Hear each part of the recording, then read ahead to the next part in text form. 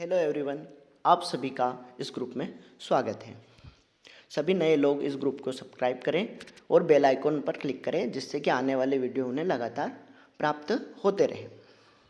हमने पिछले वीडियो में वैकल्पिक प्रश्नों का हल जाना था। आज हम प्रश्न बैंक के चैप्टर 8 संस्कृतियों का टकराव के अति लघुत्तम प्रश्न जो 2 अंक में परीक्षा में पूछे जाएंगे, उनका हल जानेंगे।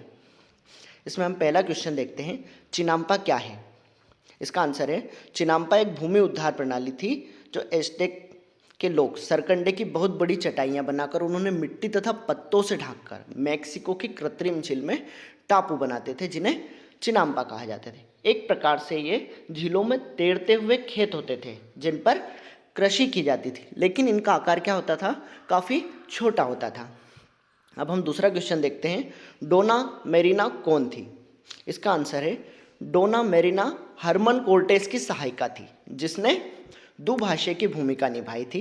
वह 3 भाषाओं को जानती थी और डोना की सहायता से कोर्टेस ने न्यू स्पेन और मेक्सिको की भाषा को समझा था।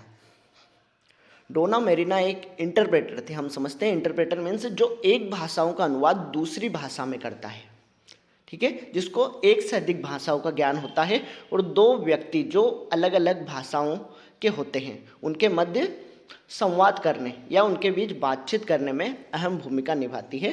उसे क्या कहते हैं? इंटरप्रेटर या दुभाषिया। अगला क्वेश्चन देखते हैं, पूंजीवादी प्रणाली से आप क्या समझते हैं? उत्पादन की पूंजीवादी प्रणाली वह होती है जिसमें उत्पादन तथा वितरण के साधनों का स्वामित्व व्यक्तियों तथा निगमों के पास होता है और जहां प्रतिस्पर्धी खुले बाजार में भाग लेते हैं। इसमें क्या होता है कि सरकार की भूमिका कम हो जाती है। ये एक अर्थव्यवस्था का प्रकार होता है जिसमें पूंजीपति वर्ग का हस्तक्षेप अधिक होता है अर्थव्यवस्था में। ऐसी व्यवस्थाएं वर्तमान में अमेरिका, ब्रिटेन और अधिकांश यूरोपीय देशों में पाई जाती हैं। चौथा क्वेश्चन देखते हैं हम, कौन सी खाद्य वस्तुएं दक्षिण अमेरिका से बाकी दुनिया में भेजी जाती थी? इसका आंसर है, तंबाकू, आलू, रबर, मक्का, कसावा, गन्ने की चीनी और ककाओ आदि खाद्य वस्तुएं दक्षिण अमेरिका से बाकी दुनिया में भेजी जाती थी। जब स्पेन के लोगों ने और पुर्तगाल के लोगों ने या अन्य यूरोपीय लोगों ने जब दक्षिण अमेरिका पर कब्जा किया तो उन्होंने वहाँ की स्थानीय वस्तुएं, वो खाद्य हो या फिर अन्य व्यापारिक वस्तुएं, उन पर कब्जा किया और दूसरे देशों में भेजने लगे।